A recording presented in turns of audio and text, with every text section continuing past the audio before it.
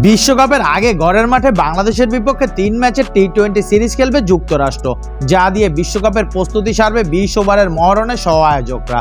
তাই বিশ্বকাপের স্কোয়াড নিয়ে এই সিরিজ খেলতে নামবে স্বাগতিকরা। বাংলাদেশ সিরিজ ও বিশ্বকাপের জন্য ইতিমধ্যে 15 সদস্যের দল ঘোষণা করেছে যুক্তরাষ্ট্র। কদিন আগে যুক্তরাষ্ট্র হয়ে টি-20তে অভিষেক হওয়া ক্যারি অ্যান্ডারসন খেলবেন বিশ্বকাপেও। তিনি এর আগে নিউজিল্যান্ডের হয়ে বিশ্বকাপ খেলেছে।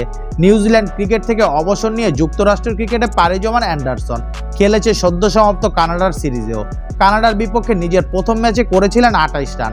এরপর আরও একটি ম্যাচ খেলেছেন তিনি, যেখানে নিউজিল্যান্ডের সাবেক এই অলরাউন্ডার খেলেছেন 55 রানের দারুণ এক ইনিংস। এমন পারফরমেন্সে যুক্তরাষ্ট্রের বিশ্বকাপ দলে অ্যান্ডারসনের থাকাটা নিশ্চিতই ছিল।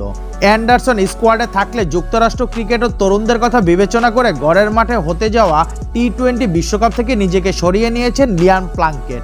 2019 বিশ্বকাপে ইংল্যান্ডের ট্রফি জয়ী দলের অন্যতম গুরুত্বপূর্ণ সদস্য ছিলেন লিয়াম প্লাঙ্কেট।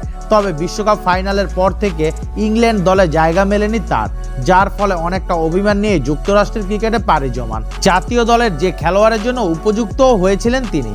নিজের মাটিতে বিশ্বকাপ যুক্তরাষ্ট্রকে নেতৃত্ব দেবেন মুনাক প্যাটেল। 1 জুন ডালাসে কানাডার বিপক্ষে ম্যাচ দিয়ে বিশ্বকাপ মিশন শুরু করবে যুক্তরাষ্ট্র। স্বাগতিকদের গ্রুপে রয়েছে ভারত, পাকিস্তান, আয়ারল্যান্ড। বিশ্বকাপের আগে বাংলাদেশের বিপক্ষে টি-20 সিরিজটি হবে 3 ম্যাচের। আগামী 21 মে প্রথম টি-20 দিয়ে শুরু হবে দুই দলের মাঠের লড়াই। একদিন বিরতি দিয়ে সিরিজের দ্বিতীয় টি-20 23 মে, আর সিরিজের শেষ ও তৃতীয় টি-20 হবে 25 মে। সিরিজের সবগুলো ম্যাচ অনুষ্ঠিত হবে টেক্সাসের পেইরি ভিউ ক্রিকেট কমপ্লেক্সে।